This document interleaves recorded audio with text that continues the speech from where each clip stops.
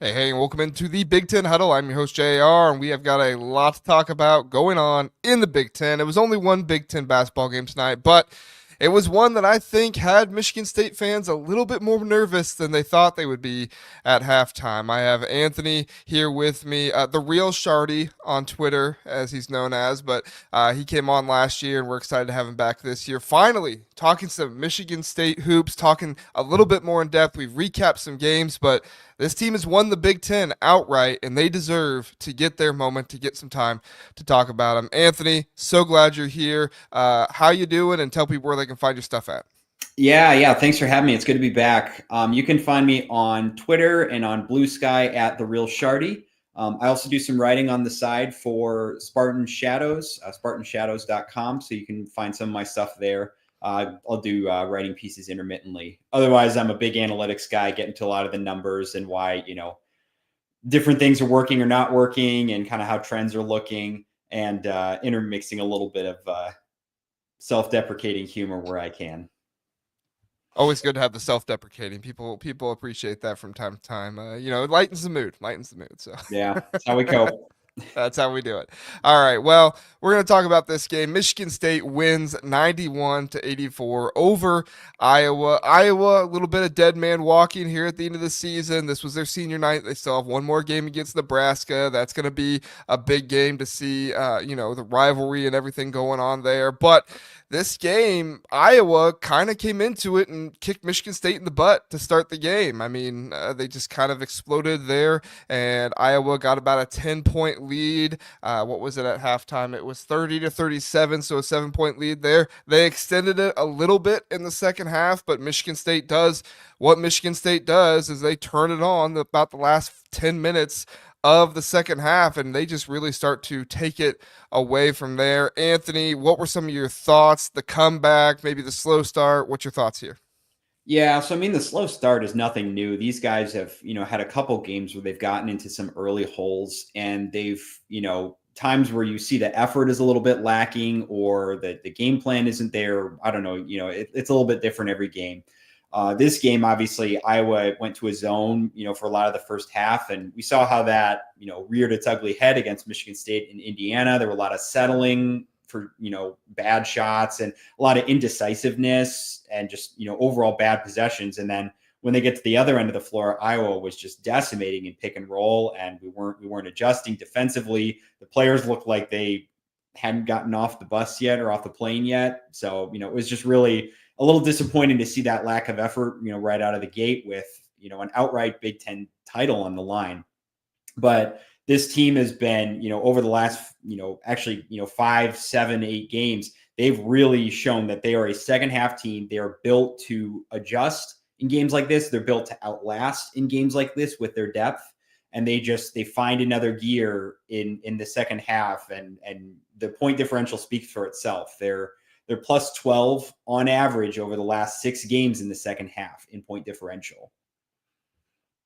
Yeah, I mean, overall, this team just has another gear in the second half. I think it's because of their depth. I think it's that they outrun teams, and with how much they're trying to run and gun and get out in transition. I was suspecting this might have been a bit of a difficult game for Michigan State. Clearly Michigan State the more talented team, but the way Iowa has played ball this year, they haven't turned the ball over a ton. Michigan State does eventually get them to turn the ball over 10 times in this game, 6 of those turnovers coming in the second half, but overall, Michigan State wasn't really getting out and running as much in the first half, and then the second half, you saw that begin to happen more. You saw Cohen Carr get on a few breaks and them doing some different things. I think Jeremiah Fears coming back in the second half was also a big part of trying to get this team back into the mix and being more competitive there. So this is a game that Michigan State always should have won. Iowa had a few things they could have, possibly turned up on, but at the end of the day, this Iowa team not a good rebounding team, and it's been worse without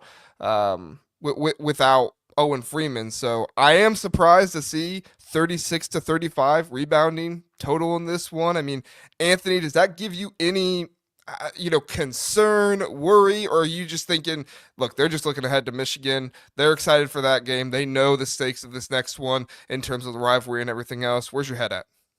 I mean, yeah, yes, there's some concern in terms of lack of focus. I think that was a big reason for a lot of those rebounds is guys who are normally boxing out and have been elite all year long. Rebounding has not been an issue for this team. They're, top 20 offensive and defensive rebounding. So this to me seems more like an anomaly, but I mean, obviously you don't want to have one bad rebounding game can, be curtains in the tournament. So you obviously don't want to see that, but Right. what's more encouraging is the fact that they were getting kind of punked in the first half and they just, went back to the things that they do really well. It's a cliche and it's been hammered home all year, but they defended, they rebounded, and they got out and ran. And, if you can stick to those three things, this feels so much like a, classic quintessential Tom Izzo team. And they wound up still out rebounding Iowa in the end. So that's, I'm happy if we're even, and I'm happy to get out of kind of a trap road game against an Iowa team with really nothing to lose and potentially a head coach's last game, right? I don't know if Fran is coming back next year. So this is kind of his swan song a little bit. There's kind of a recipe for a lot of weird voodoo stuff in a game. So just control what you can control, right? Yeah, he will have that Nebraska game, I think on Sunday. But yeah, last game at Carver Hawkeye Arena. So, I mean, we'll see what happens there. I know we did a video on it at one point with the possibility of him moving on and the possibility of Iowa moving on from him. I think the more interesting storyline there is where does Iowa go, right? Yeah. I mean, you have Drake there with Ben McCollum he could possibly go to. Yeah. DeVries, he went from Drake to West Virginia. No, I think Iowa's a better job personally than the West Virginia job. I know the Big 12 there was the better conference for a couple of years, but it looks like the Big 10's probably the better conference in my mind this year. And it looks like that's probably going to continue with the way things go with revenue sharing and everything else. But as far as I'm concerned, like Iowa, you're just looking towards next year. What players can you keep around? What players do you move on from and maybe bring somebody else in? And you don't really get the portal rumors and stuff like that until next year. So, or until, the offseason starts, which will be in a little bit of time because this Iowa team, unless they win that Nebraska game, like Anthony, they're not going to make the Big Ten tournament, which means an even earlier season exit. I know, we're going to primarily talk Michigan State here, but I do think this is an interesting storyline. And we're going to talk, at least I'm going to talk about the Big Ten tournament here in the final segment. What's your thoughts on the Big Ten tournament with teams not getting in? Iowa potentially playing their very last game of the season this next Sunday. What's your thoughts there? Yeah, I mean, I think it's hard. I think what we have to do is if there are two teams who are kind of at the bottom of the barrel who are playing each other, these games we're watching now are those playing games for those last available slots. So I don't hate it because it keeps those teams engaged and interested in wanting to play additional games and overall raises the quality of play. Every team is going to be motivated down the stretch as opposed to all 18 teams coming in. I think having a little bit of a play-in mentality can help things a little bit. Yeah. I think what I read was if they were going to include all 18 teams, there was going to be another round. Like the 10th seed and the 11th seed would get a bye. And I think the tournament would have suffered for that. And the Big Ten tournament's already long enough as it is. It goes all the way until Selection Sunday. So, I don't think they needed an excuse to make it any longer after that. Well, I question if anybody outside the 9 seed can actually win the Big Ten tournament, right? If you're not a 9 seed or higher, if you don't get that first bye, I question if you can even win the Big Ten tournament. So if you're playing from Tuesday, one game every single day up until, Sunday, I mean, you're playing some of the best teams in the league who have rest. I don't see it being possible to play. What would that be? 6 games, 5 games. It turned into 2011 UConn, who just went on that tear in the Big East and kind of started putting stuff together. But that happens so much less frequently, right? Overall, the best teams are gonna win out. Yeah, exactly. Exactly. All right, back to Michigan State. I do Yeah. want to talk about Jace Richardson. I feel like this is one of the biggest stories of the Big Ten this year that is not being talked about. Overall, Jace Richardson, he has been the alpha for this Michigan State team. I would say probably since the start of February. I think everybody knew how good he was. Even in some of the scrimmages, I was talking about like this guy's putting up better stats than Jaden Akins. Like Jaden Akins is supposed to be your alpha. He's supposed to be your dude. I felt like going into the year, and Jace, not that Jaden, it's not been Jaden Akins being bad. Jaden Akins could be shooting better from three, but overall, like he's not been bad.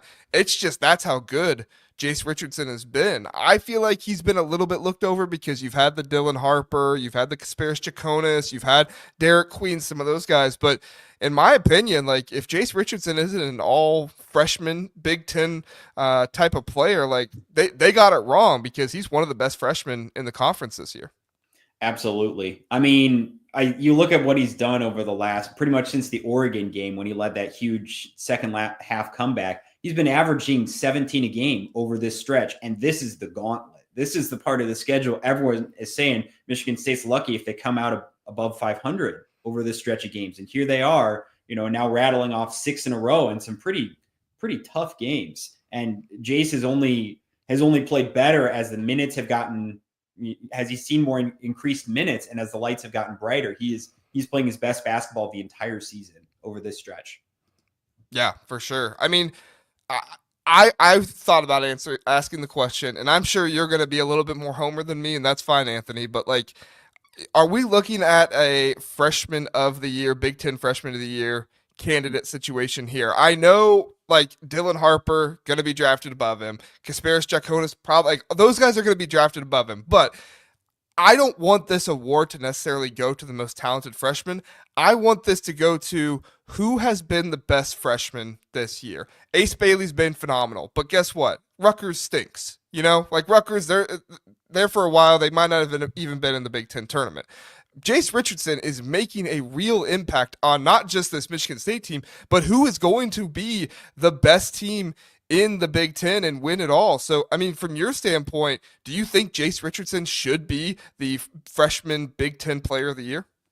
I mean, if you're talking, he's the best player on Michigan State. I don't think I'm going on too far of a limb to say that he is the go-to guy for scoring on this team. And defensively, he's no slouch either. He's not an all-star on defense, but he does exactly what's asked of him on the defensive end. And, combining those two things together, if you're the best player on the best team in the conference, I think there definitely needs to be more conversation about him having freshman of the year, especially with how he has played over the closing stretch of the year. I think the other name that I think is probably that I would throw in the ring there is probably Derek Queen from Maryland. He has had a really strong year. Maryland obviously runs their 5-6 deep the entire game. Jace is, for the most of the season, was playing on a lot more limited minutes. And now when you see him with increased minutes, he is clearly he's the point person on this team that they look to as a focal point of that offense. So, yeah, I mean, I would put him firmly in the top 2 conversation, if not the front runner for freshman of the year. If he's not on the all freshman team, I'm going to say some things I shouldn't say in front of my family on Twitter. Well, we'll get you on the show if that happens because that'll be some good entertainment. Michigan fan freaks out. Whatever. In all honesty, I would freak out as well because when they started asking that question during the game, like, should he be all freshman Big Ten team? And I'm like, guys, like that's not the question here. He is all freshman Big Ten team. And I know Robbie Hummel, didn't really entertain the question that much, so I'm not coming at him.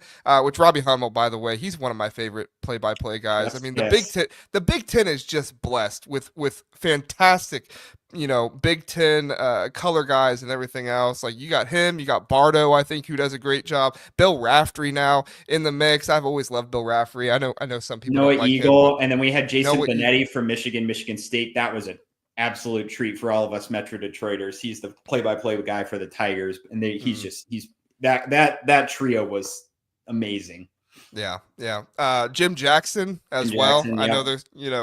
there's, he does a really good job. I appreciate him. And Gus Johnson, he's a lightning rod. Rod. Yeah, I've cooled on Gus a little bit. I feel like he's a caricature of himself a little bit now. He's not quite Yeah. as he's electric, but I think he doesn't quite offer the insight and analysis that someone like Robbie does, who's just been. I think what's funny is Robbie is universally praised as a commentator, having gone to Purdue and having had a lot of animosity at him.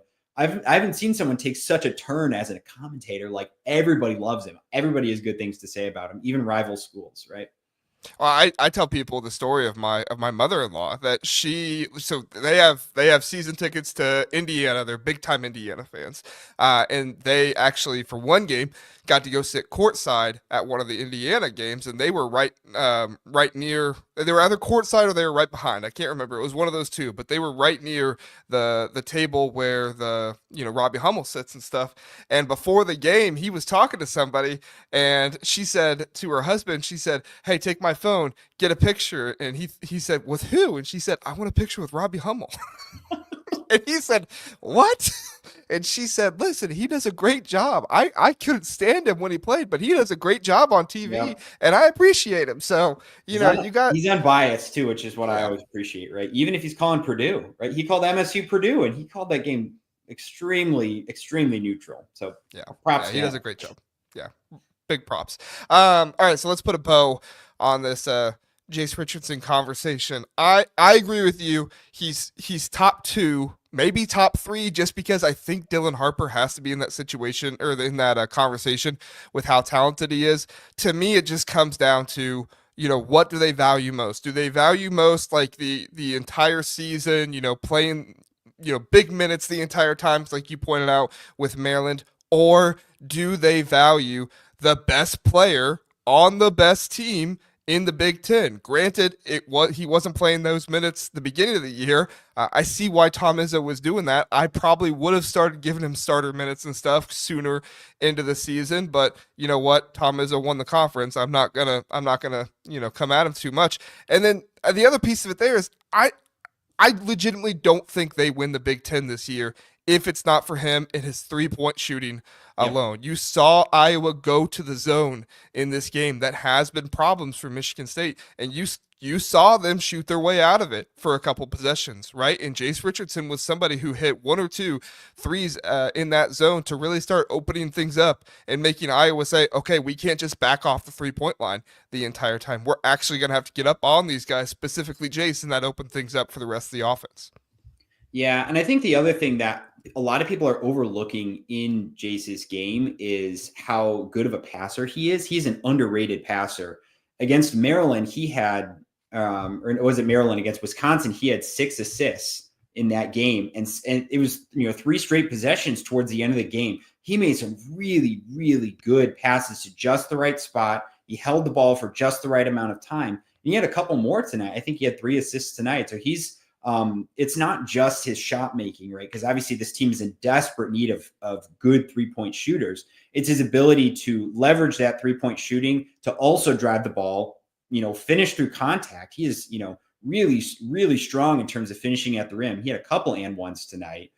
And normally he's a pretty good free throw shooter. I think tonight he stumbled a little bit. I think he was 5 of 7, so missed a couple. But then when he gets into the lane, he's going to draw a lot of attention because of how good of a finisher he is. And if he can just dump it off to one of our bigs have been shooting a lot more efficiently around the rim with Kohler and Zappala and Cooper. They know how to run pick and roll and catch a lob effectively. So I think it really adds a whole new element to this offense in so many different ways when they're getting, stuck in a game where a team might be stymieing them on defense.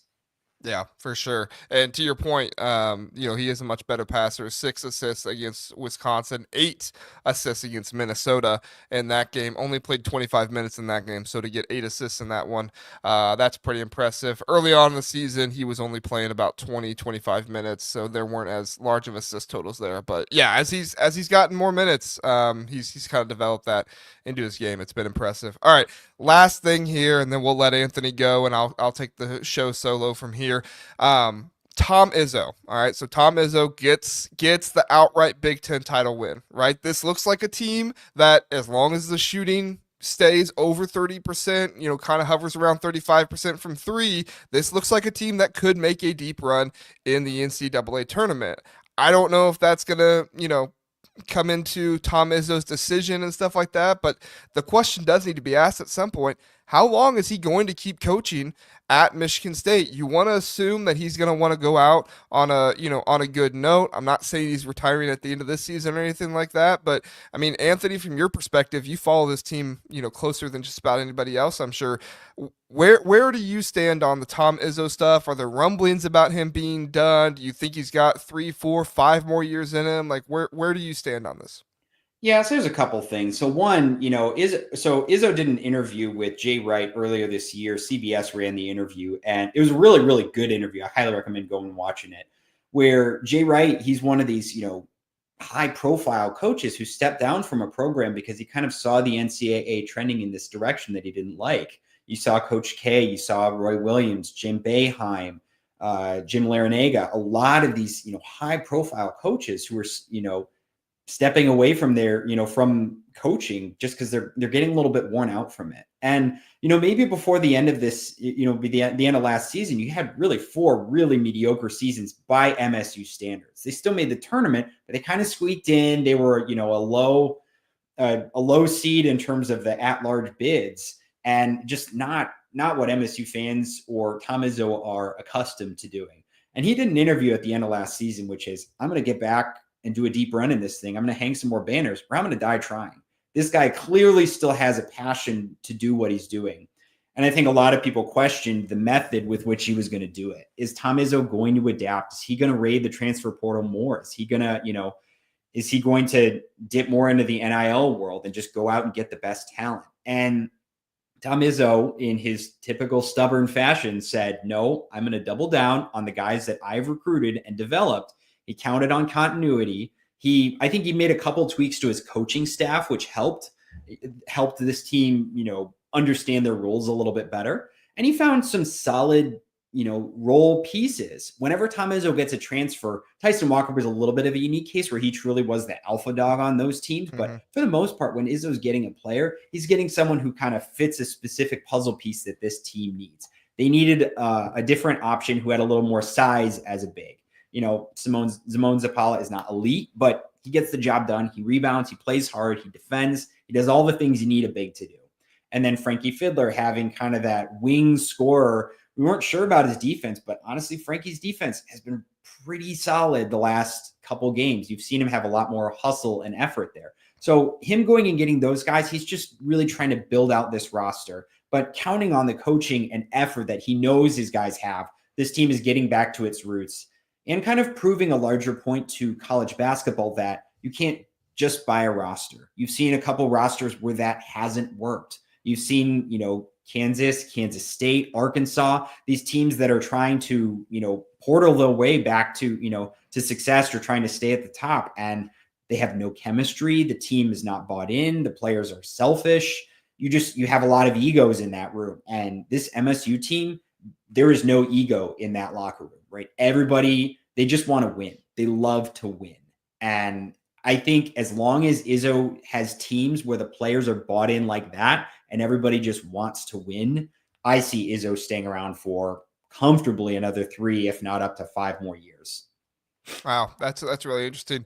Izzo at 70 years old right now. We've seen coaches coach into past their mid 70s. Sometimes they stop mid 70, but they go past that. And you're right, the Jay Wright situation is another thing that has to be thought of. But as far as I'm concerned, Tom Izzo is going about it the right way. We had a large discussion this offseason about Illinois versus Purdue, right? Which team is going about it the right way? Illinois bringing in not just transfer portal players, but, players from around the world coming in, and they're, either their freshman or sophomore year in college basketball. And then you have Purdue who says, nope, we're going to bring in 4, well, it was 5, and then it was 4 freshmen, and then we're just going to rely on the talent that we've been developing. And that's worked at some points this season, but then there's other points where, last game, I kind of went at Cam Heidi a little bit because I said, look, dude, you played 17 minutes in the game.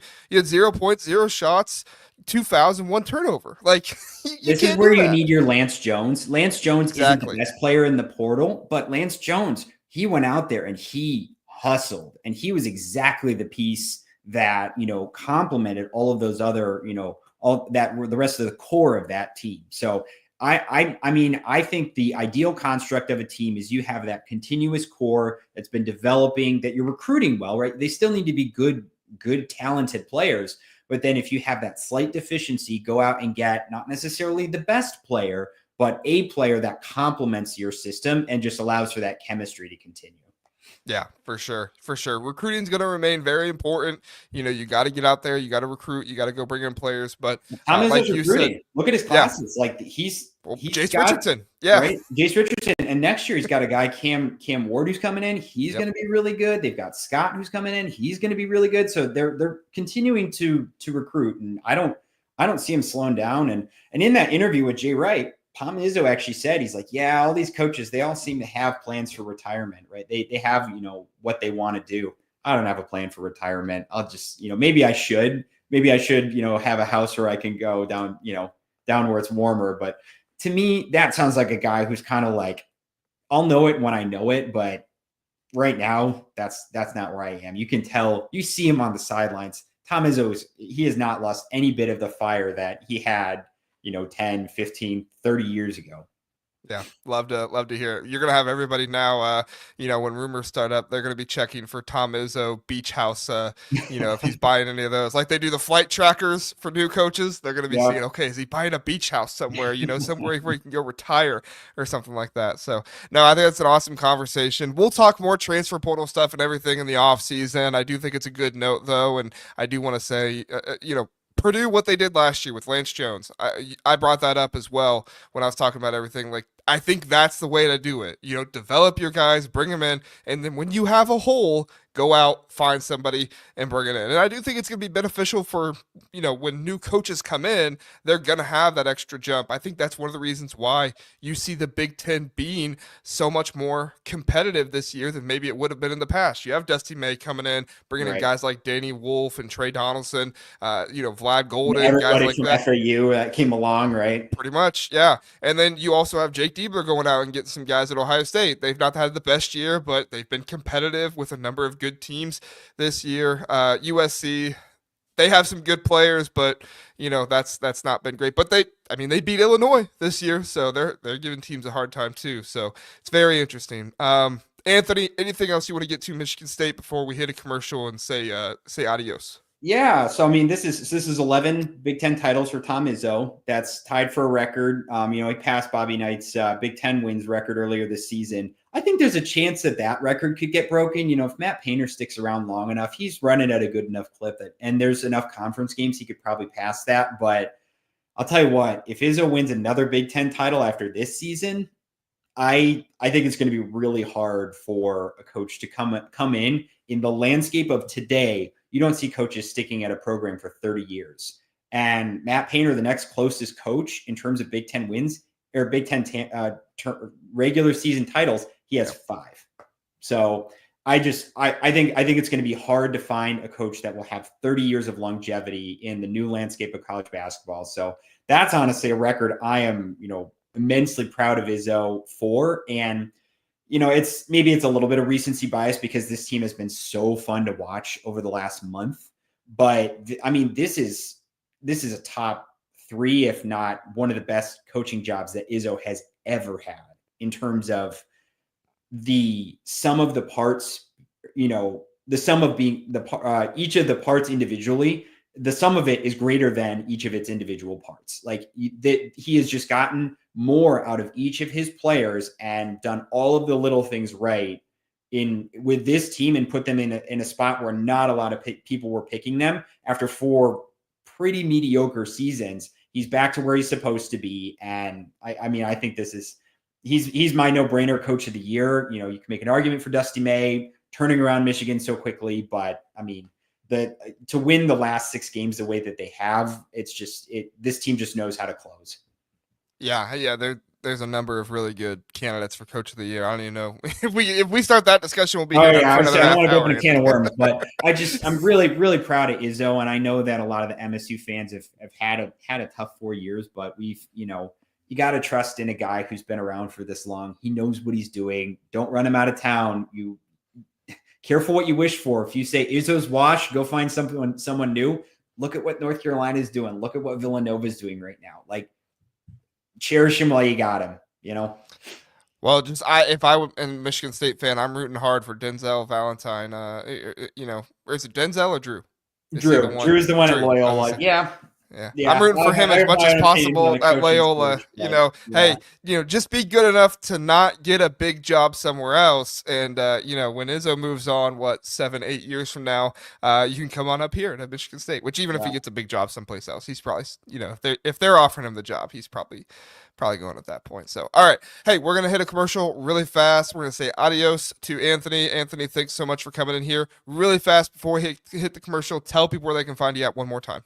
Yep. One more time, you can find me on Twitter, X at The Real Shardy. I'm also on Blue Sky. And then I'm doing some writing for Spartan Shadows as well. You can see some of my work over there.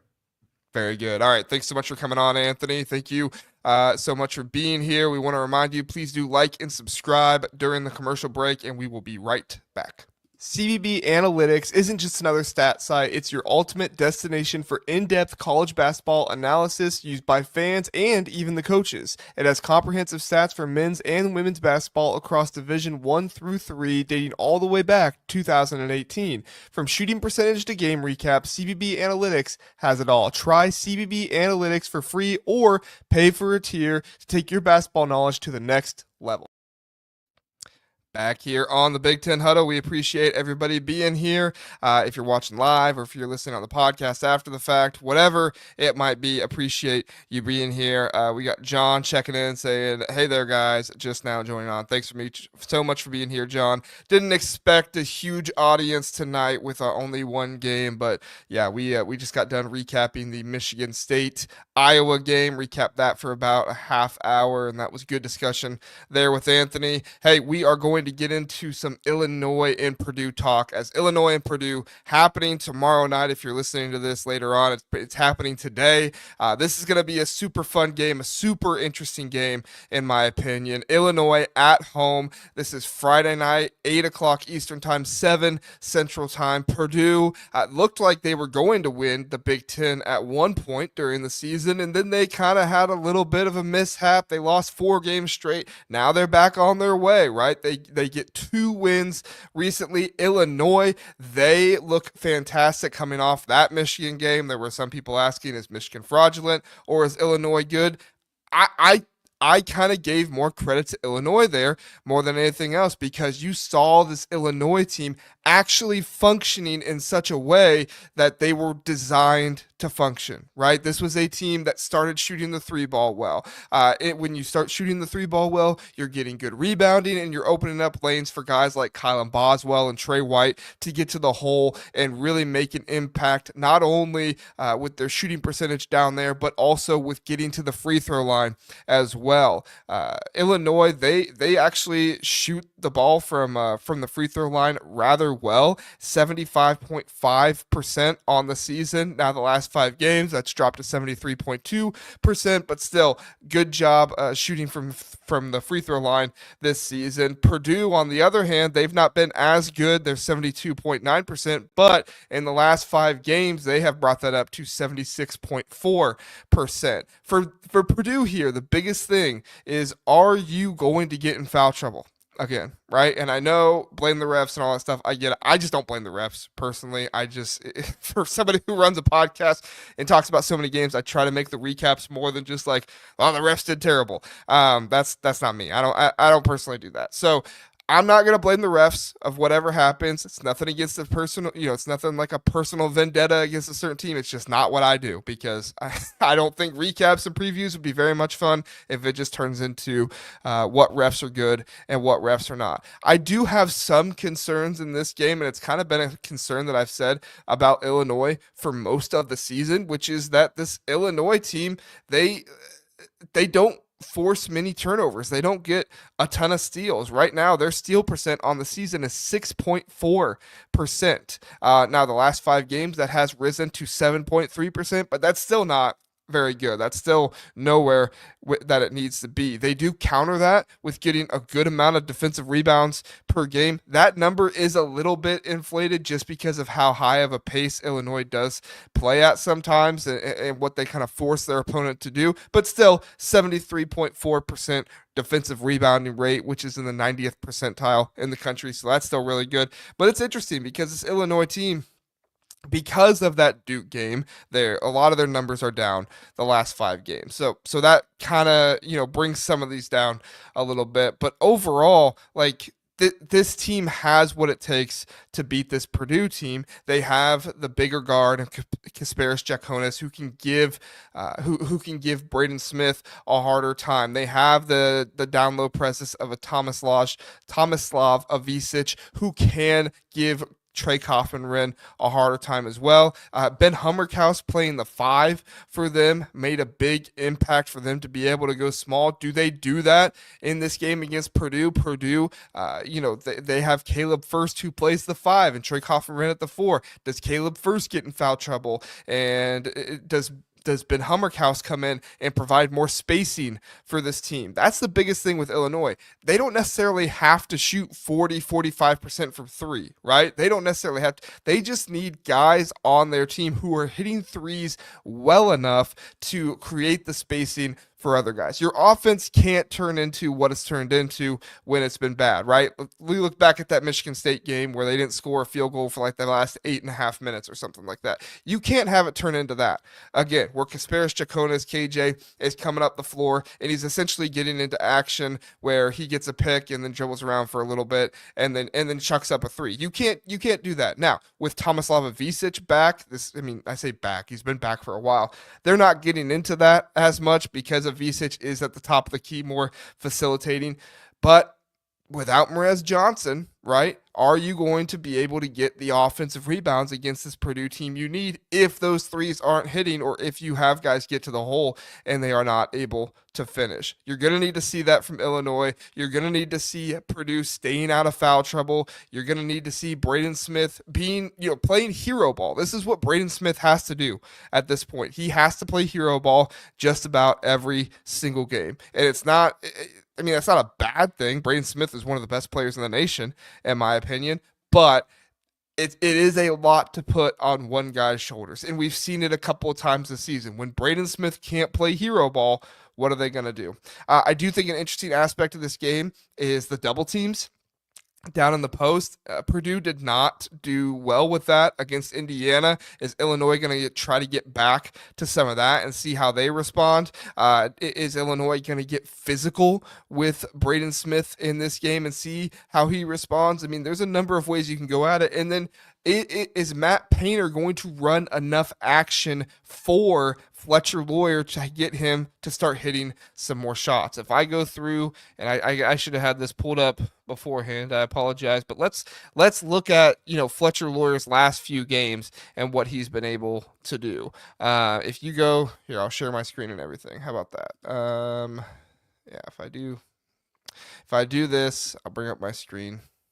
If you're listening on podcast, I apologize. This is not really relevant to you, but all right. If you can see that, Fletcher Lawyer, the last few games, 23 points against Rutgers, 11 points against UCLA. He did have 20 against Indiana, but in that 4-game losing streak, it wasn't necessarily that Fletcher wasn't scoring, but if you look, he wasn't necessarily getting that action that we're used to him seeing all season.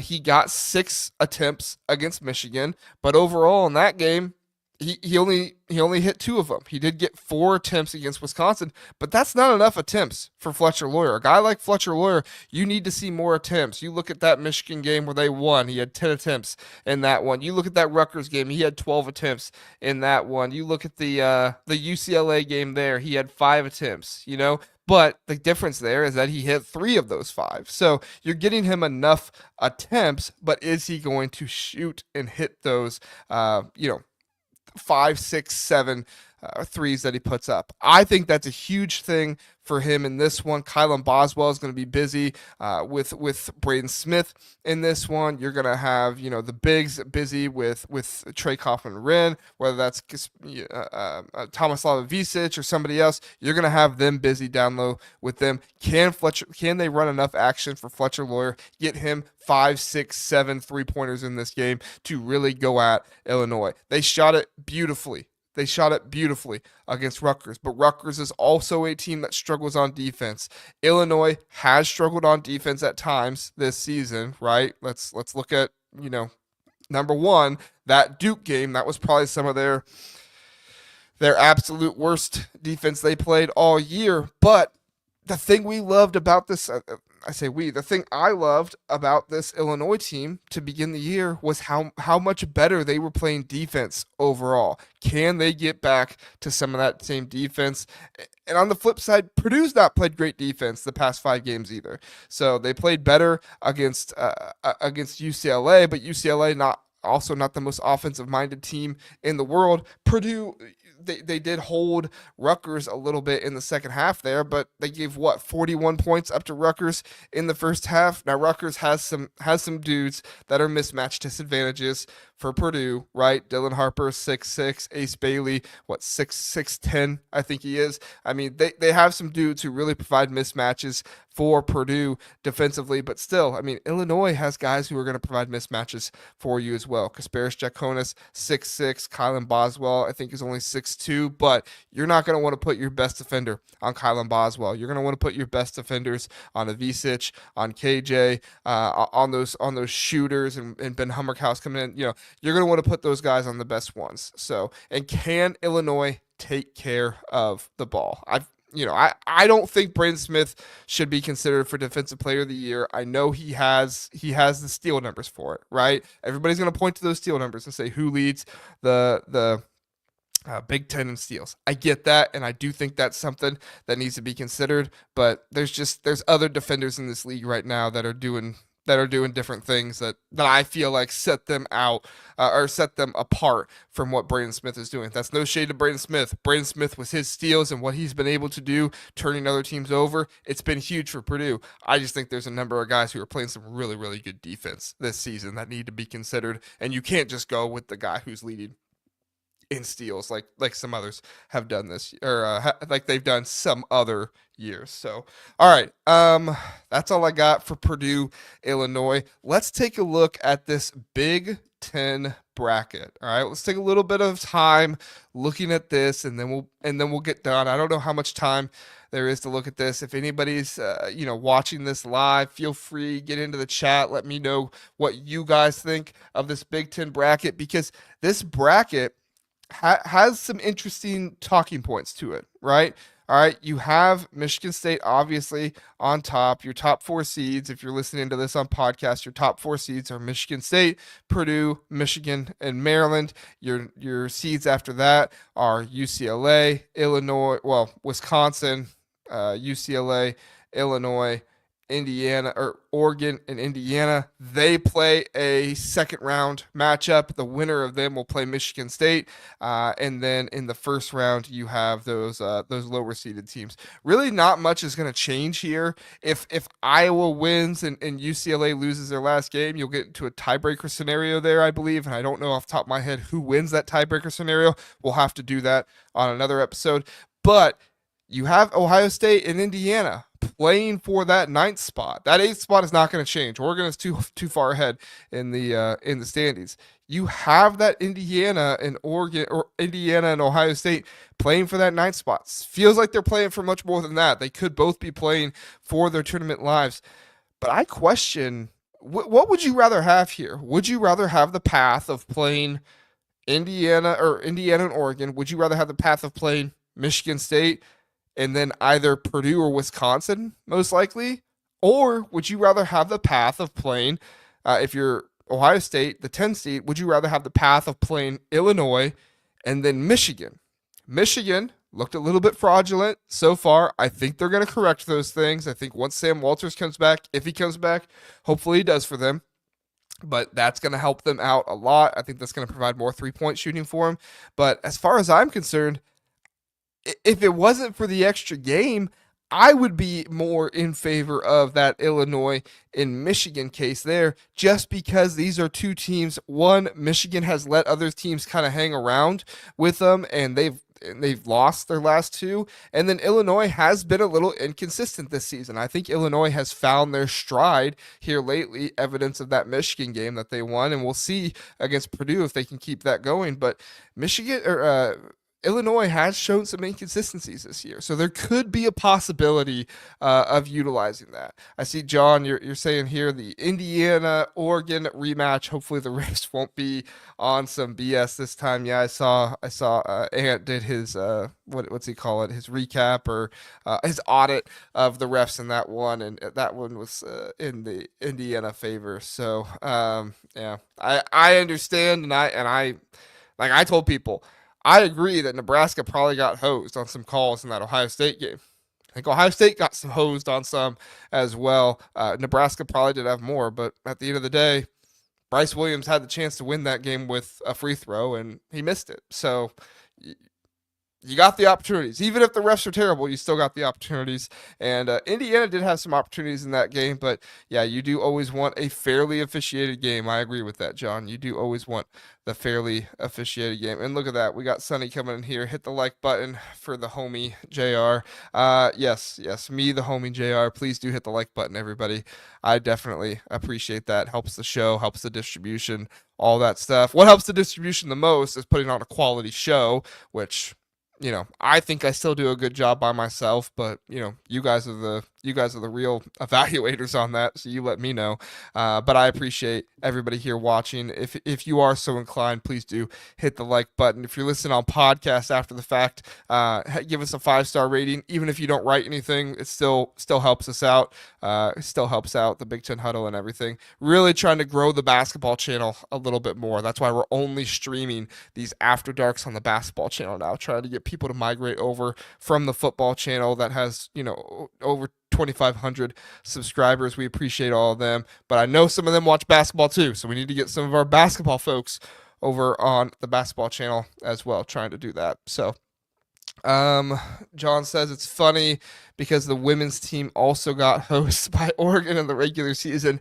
Indiana played Oregon in the Big Ten tournament today, and they beat them by 16. Hey, if you're an Indiana fan, that's what you want, right? Hey, refs, call a fair game. We'll beat you by 16, maybe. I mean, Indiana, they figured a few things out. We'll see. And they gave Oregon a really, really good game there until about the end when things fell apart a little bit. But as far as I'm concerned, Indiana can beat just about anybody. I mean, they beat Michigan State, so they can beat anybody in this conference. So scratch that. Not just about anybody. They can beat anybody in this conference. So really, really interesting stuff there. And yeah, the USC, they take on number 1 USC tomorrow. I'll be honest, I haven't watched a ton of women's hoops this season just because I've been so into the men's and everything. That means it's constant. Like it is action every night in the men's hoops, and so I'm not too much into the women's, but John, best of luck to you against USC. See if you can take down the number 1 Trojans, because I think it's USC and UCLA. One thing I did see, and I texted Sonny and Ken about this today. If you watch the Power Rankings episode on Monday, I put up that picture of the Cody McMahon McHannon. I forget her name. I apologize. I put her picture up because she was flipping off either the Maryland team or the Maryland crowd or something like that. And apparently she's not with the team anymore. So either she's been suspended or cut or something like that, which that's a huge blow for this Ohio State team because she's one of their better players. But anyway, we don't need to talk about women's hoops that much. Let's get back to the Big Ten tournament discussion. I do wonder what do you guys think? Do you guys think Ohio State has a better path, an easier path with the 10 seed of facing Illinois and then Michigan and then possibly a Maryland, who Maryland has been really good this season, but still, I mean, second game in a row in 2 days, like Maryland's got the Crab 5. I guess it could be UCLA as well. I don't want to count them out. But Maryland's got the Crab 5. I find it hard to believe Maryland in their first game of the tournament, just with how much they do rely on those starters, are going to lose the first game of the tournament. But you never know. We'll see what happens. But if you're Ohio State going Northwestern, Illinois, Michigan, either Maryland or UCLA after they've already played a game or two, I don't know. I don't know. I think Indiana and Oregon might have a more difficult path there of playing either Michigan State uh, and then Purdue or Wisconsin after that. I mean, other if it wasn't for the one extra game, and I think that's the biggest thing. It's not so much that Northwestern is that good of a team. I mean, they did smoke Ohio State, so maybe they smoke them again here. But it's not so much that. It is more about just the playing, what, 3, 4 straight days. We saw this Ohio State team try to make a run in the Big Ten tournament 2 years ago, and they did. I mean, they had a good run in that one. I think it was Michigan State that eventually stopped them in that year, but they made a good run in the tournament, winning 2 or 3 games. But eventually, they just ran out of gas in either their third or fourth game, and so that's why I really like. I really don't think you can win the Big Ten tournament unless you are a 9 or higher seed. But I don't think Ohio State needs to win the Big Ten tournament to get into the NCAA tournament. I think that you need to beat Indiana to get in.